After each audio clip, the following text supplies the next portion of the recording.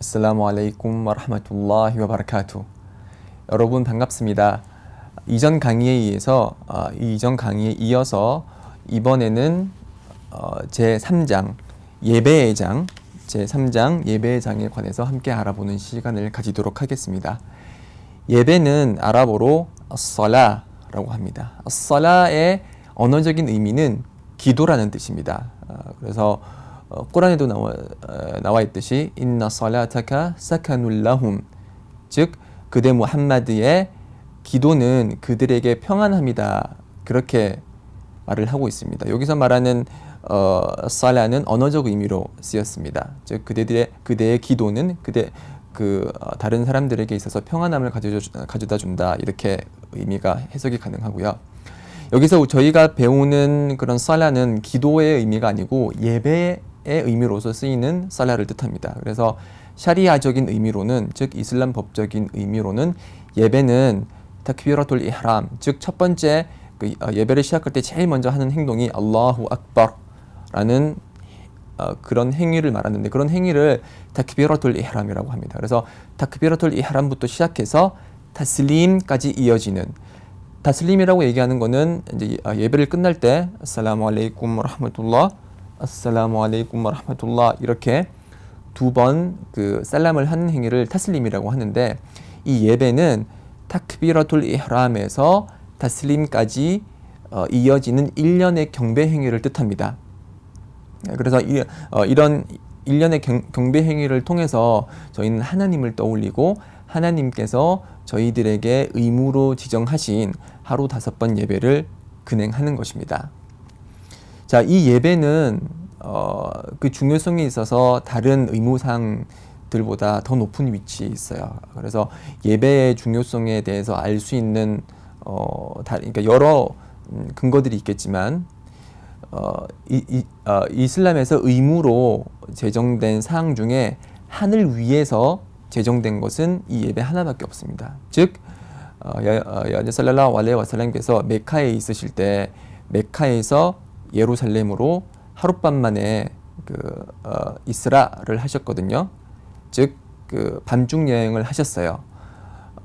메카에서 예루살렘까지 이제 하나님의 뜻에 의해서 기적적으로 하루 만에 메카에서 예루살렘으로 이동을 하셨고, 예루살렘에 도착하시고 나셔서 곧바로 하늘 위로 올라가셨어요. 그 하늘 위로 올라가는 이벤트를 미어라즈라고 하거든요. 그래서 그 승천을 하면서 이제 이렇게 하늘 위로 올라가면서 7개의 층이 있는 하늘로 올라가면서 이제 천국과 지옥의 거주자들도 보게 되고, 기존에 있던 예언자들과 사도들도 만나게 되고, 여러 가지 이제 행위가 있는데, 그때 하나님과 가장 가까울 수 있는 그 꼭대기, 하늘의 꼭대기에 올라갔을 때 하나님께서는 무함마드에게 예배를 의무시하셨습니다.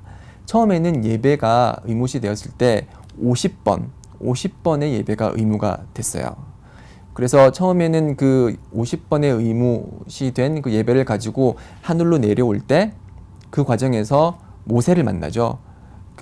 모세를 만났을 때 모세가 무함마드에게 말합니다. 지금 네가 받은 50번의 예배는 내가 이전 유대인 공동체와 함께 있어봐서 아는데 사람들이 지키지 못할 거다. 그러니 하나님에게로 돌아가서 조금 예배를 횟수를 줄여달라고 요청을 하라 라고 했고, 그래서 다시 돌아가서 무함마드께서 그분의 주님에게 예배의 횟수를 낮춰달라고 해서 그렇게 부탁을 했고, 그 부탁이 들어졌습니다. 그래서 다시 내려왔지만 모세가 또다시 말하기를 그걸로도 부족하다, 더 예배의 횟수를 내려달라고 해라. 그래서 이런 과정이 약 3번 동안 반복되었고, 그래서 마지막으로 5번까지 예배 횟수가 줄어들었어요. 그럼에도 불구하고 모세가 또 다시 가서 하나님께 요청을 해라라고 했지만 무함마드께서는 이제 겸손한 나머지, 그리고 이제 부끄러운 나머지 하나님께 계속 요청하니까 부끄러워서 더 이상 요청을 하지 않으셨고, 그래서 이런 과정을 통해서 우리 무슬림에게는 하루 5번 예배가 의무화가 됐습니다. 그렇지만 처음에는 50번의 예배가 의무화 되었기 때문에 지금 저희는 하루 5번 예배를 드리지만은 그 보상은 50배의 보상을 받는다고 하디스가 전하고 있습니다. 이것을 통해서 하나님께서 우리에게 얼마나 자비로우신 분인지 알 수가 있죠. 5번 예배를 드렸는데 50번의 보상을 주니까요. 이처럼 예배는 다른 의무 사항과는 달리 하나님과 가장 가까운 데서 의무 사항이 됐다는 사실을 알 수가 있습니다. 자, 이런 예배가 얼마만큼 중요한지 이런 사건을 통해서 우리가 살펴볼 수 있고요. 또 다른 예배의 중요성으로는 이 예배는 하디스가 전하고 있듯이 사람 사이와 그리고 우상 숭배와 불신 사이에는 예배를 드리지 않음이 있다, 그렇게 말씀하셨습니다. 하나님께서 하신 이 말씀은 무슨 뜻이냐면은 예배를 드리지 않는다면 우상 숭배와 불신으로 가까워질 가능성이 높다, 이제 그렇게 해석을 할 수가 있습니다. 그래서 예배를 드리지 않는다면은 그 사람은 이제 믿음보다는 우상 숭배나 불신으로 가까이 다가갈 수 있다는 것이죠. 또 다른 하디스에 의하면은 그들과 우리 사이의 계약은 예배다. 그렇기 때문에 만약 그들이 예배를 드리지 않으면은 불신한 것이다, 이렇게 하디스가 전하고 있습니다. 여기서 말하는 그들이라는 것은 위선자들을 뜻합니다. 밖으로는 이슬람을 표출하면서 내면으로는 불신을 가진 자들을 이슬람에서는 무나피q, 즉 위선자라고 하는데요. 그런 위선자들은 바깥으로 표출되는 행동으로 예배를 드립니다. 그래서 예배를 드리기 때문에 예배를 표면적으로 드리는 한 그 사람들에 대해서 저 사람들은 위선자야라고 말을 할 수가 없는 것이죠. 그렇지만 만약 그들이 예배를 드리지 않는다면 더 이상 표면적으로 노출되는 예배라는 행위가 없기 때문에 그 사람들을 위선자로 볼 수가 있는 거죠.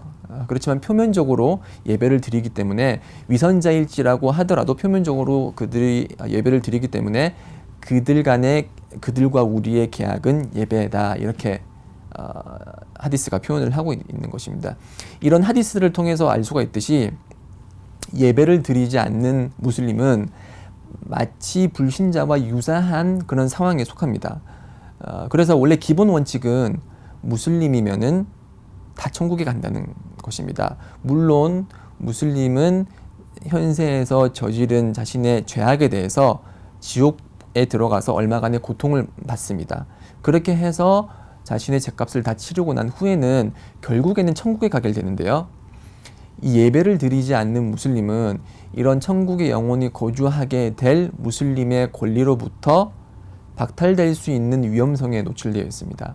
하디스에 의하면은 예배를 드리지 않는 무슬림은 하나님께서 원하시면 용서하시고 하나님께서 원하시면 용서하시지 않는다라고 전하고 있습니다. 그 말은 어떤 뜻이냐면은 우리가 하나님의 뜻을 알 수가 없기 때문에 원하시면은 그 무슬림을 벌하신다는 뜻이죠. 그 뜻은 예배를 드리지 않은 것에 대한 그 벌로 이제 지옥불에서 고통을 받도록 그렇게 하신다는 것이고, 그렇기 때문에 예배를 드리지 않는 무슬림은 상당히 위험성을 자신에게 노출시키고 있는 것과 똑같습니다. 그래서 하나님께서 무슬림에게 약속하신 천국에 들어가기 위해서는 반드시 하루 5번 예배는 꼬박꼬박 지키셔야 되는 것입니다. 예배의 축복에 대해서 이제 페이지 103페이지에서 책에서 이제 논하고 있는데, 예배의 축복은 여러 가지가 많이 있지만은 그 중에 대표적인 거를 예를 들자면은 예언자께서 하디스를 통해서 비유를 드셨어요. 그래서 주위에 있던 교우들에게 물으셨죠. 만약 그대들 집 앞에 냇물이 흐르고 있어서 그 냇물에 하루 5번 목욕을 하면은 그대들의 몸에 먼지가 남아있겠느냐, 더러운 오물이 남아있겠느냐라고 반문하셨고, 교우들은 그렇지 않습니다. 아무것도 더러운 것도 남아있지 않을 것입니다 라고 답을 했습니다. 그래서 이 답을 들은 예언자께서는 예배가 그렇다.